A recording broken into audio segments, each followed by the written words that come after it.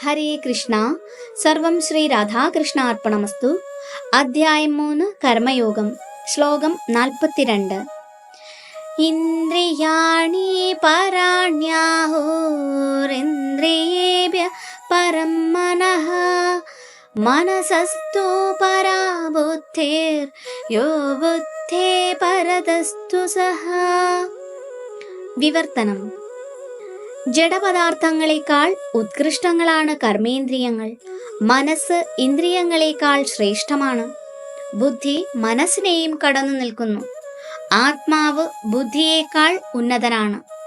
ഭാവാർത്ഥം: കാമത്തിന് പ്രവർത്തിക്കാനുള്ള വിവിധ തുറകളാണ് ഇന്ദ്രിയങ്ങൾ.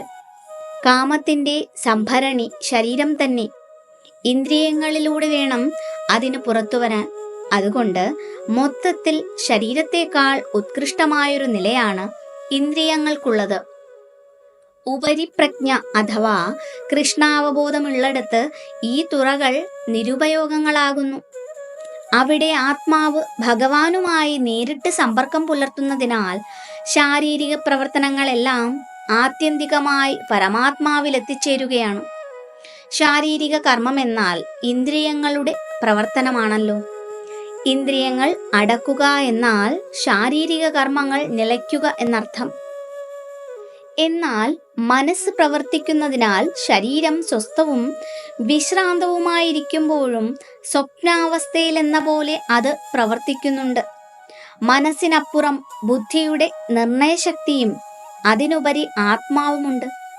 ആത്മാവ് ഭഗവാനുമായി നേരിട്ട് സമ്പർക്കം പുലർത്തുമ്പോൾ അതിൻ്റെ നിയന്ത്രണത്തിലുള്ള ബുദ്ധി, മനസ്സ്, ഇന്ദ്രിയങ്ങൾ ഇവയെല്ലാം സ്വാഭാവികമായി ഭഗവാനിൽ തന്നെ വ്യാപരിക്കും. ഐന്ദ്രിയ സുഖപൂർത്തിക്കുള്ള വിഷയങ്ങൾ ഇന്ദ്രിയങ്ങളെക്കാൾ മേൽത്തരങ്ങളെന്നും ആ വിഷയങ്ങളെക്കാൾ മീതെയാണ് മനസ്സെന്നും ഖഡോപനിഷത്തിലും പറയുന്നുണ്ട്. അപ്പോൾ മനസ്സ് ഭഗവത് സേവനത്തിൽ തന്നെ മുഴുകിയിരിക്കെ ഇന്ദ്രിയങ്ങൾ വിഷയങ്ങളിൽ ഏർപ്പെടാൻ സാധ്യതയില്ല. ഈ മാനസിക അവസ്ഥയെപ്പറ്റി മുമ്പ് പറഞ്ഞിട്ടുണ്ടല്ലോ. പരം ദൃഷ്ട്വാ നിവർത്തതേ. ഭഗവാന്റെ അതീന്ദ്രിയ സേവനത്തിൽ വ്യാപൃതമായ മനസ്സിന് താഴ്ന്ന തരം പ്രവണതകളിൽ പെടാൻ പറ്റില്ല. മഹാൻ എന്നാണ് ഖഡോപനിഷത്ത് ആത്മാവിനെ പറ്റി വിവരിക്കുന്നത്. സർവോത്കൃഷ്ടമത്രേ ആത്മാവ്. വിഷയങ്ങൾ, ഇന്ദ്രിയങ്ങൾ, മനസ്സ്, ബുദ്ധി എന്നിവയെക്കാളെല്ലാം ഉത്കൃഷ്ടം. അതുകൊണ്ട് ആത്മാവിൻ്റെ മൂലസ്വരൂപത്തെക്കുറിച്ച് നേരിട്ട് മനസ്സിലാക്കുകയാണ് മുഴുവൻ പ്രശ്നത്തിൻ്റെയും പരിഹാരമാർഗം. ബുദ്ധി ഉപയോഗിച്ച് ആത്മാവിൻ്റെ ഈ മൂലസ്വരൂപത്തെ ഒരാൾ ആരാഞ്ഞറിയുകയും പിന്നീട് മനസ്സിനെ കൃഷ്ണാവബോധത്തിൽ തന്നെ നിരന്തരം ഉറപ്പിക്കുകയും വേണം. അത്രയുമായാൽ പ്രശ്നങ്ങളെല്ലാം തീർന്നു. ആധ്യാത്മിക പഠനത്തിന് മുതിരുന്ന ഒരു പുതു വിദ്യാർത്ഥിക്ക് കിട്ടുന്ന ഉപദേശം ഇന്ദ്രിയ വിഷയങ്ങളിൽ നിന്ന് ഒഴിഞ്ഞു മാറണമെന്നാണ്.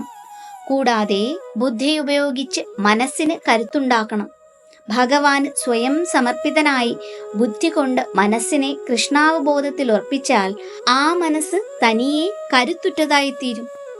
ഇന്ദ്രിയങ്ങൾക്ക് എത്രമാത്രം ശക്തിയുണ്ടെങ്കിലും ശരി, അവ വിഷപ്പല്ലുകൾ നഷ്ടപ്പെട്ട പാമ്പുകളെപ്പോലെ നിർവീര്യങ്ങളായി പോകും.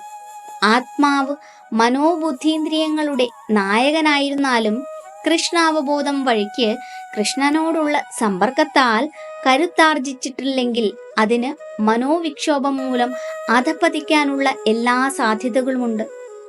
ഹരേ കൃഷ്ണ. സർവം ശ്രീ രാധാകൃഷ്ണാർപ്പണമസ്തു.